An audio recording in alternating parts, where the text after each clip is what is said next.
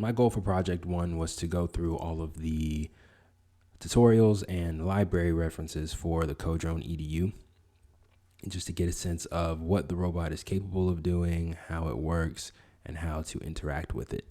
The platform's manufacturer, Robolink, provides two ways of interacting with the robot programmatically. One way of interacting with the system is through the visual programming language Blockly, which is similar to that of MIT Scratch. In this programming language, you program the robot by connecting predefined blocks together to achieve the desired behavior. The second method of interfacing with the CoDrone is through Python, which provides a more traditional means to program the robot. I'm using Python for all projects in this course. So now I'm just going to display some of the drone's basic movements. You'll see the drone move forwards, backwards, left, right, up, down, and then rotate. These movements can be combined to form more complex flight patterns such as squares, triangles, circles, spirals, essentially any simple curve or shape that the user can think of. When combined with sensor data, the user can create some really interesting applications with the platform. A few things I've learned from working with the CoDrone so far is that it's best operated in unobstructed airspace, of course, but also that the ground beneath the drone should be flat.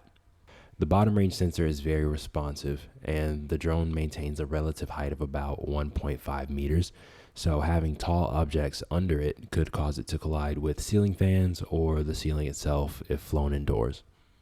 Fortunately, the CoDrone is durable and able to withstand minor collisions and falls, so it does live up to its purpose as an educational drone. One portion of the project that I did not anticipate was modifying part of the programming library itself. The tutorials emphasize the importance of closing the paired connection between the drone and the computer at the end of every script. However, if an error occurs between the pair action and the close action, the connection will remain open, which, similar to forgetting to close a file after operating on it in a program, can have unintended consequences. In Python, programmers can use the with keyword to automatically handle common operations associated with some task, such as opening and closing a file when operating on it. To achieve the same effect with the drone, I created a new class that extends the company-provided drone class. As a result, the pair and close operations are now done automatically, and the programs using the context manager are more robust against errors because the closing actions occur regardless of the program's success. Just to show what I'm talking about, I'm going to run a quick example. So I'm going to purposefully raise an exception, and we'll see that the drone should immediately land. Okay, and then we get the error code. So now I'm going to remove the exception and rerun the program, and the drone should be able to connect and then run properly.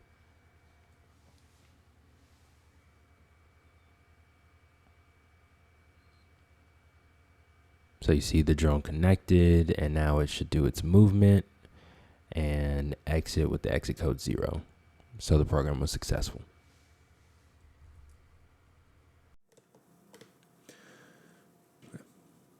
So another benefit of using the context manager, for me at least, is how readable and easier it makes the code to develop.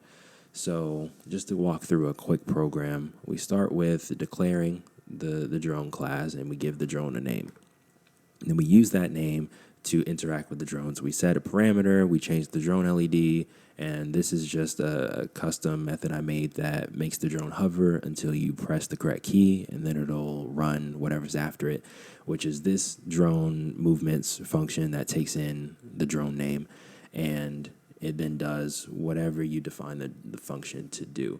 But you'll notice there's no drone pair, there's no close, there's no checking to see if an error occurred, because now all of that is handled by this one line. And this allows me to spend more time thinking about what I want the drone to do and how I can achieve it. It took some time to get the context manager working, but I'm happy I did it during this project because it'll make developing the next two projects much simpler. So that's my project one, and I look forward to the next two projects. Thank you for watching.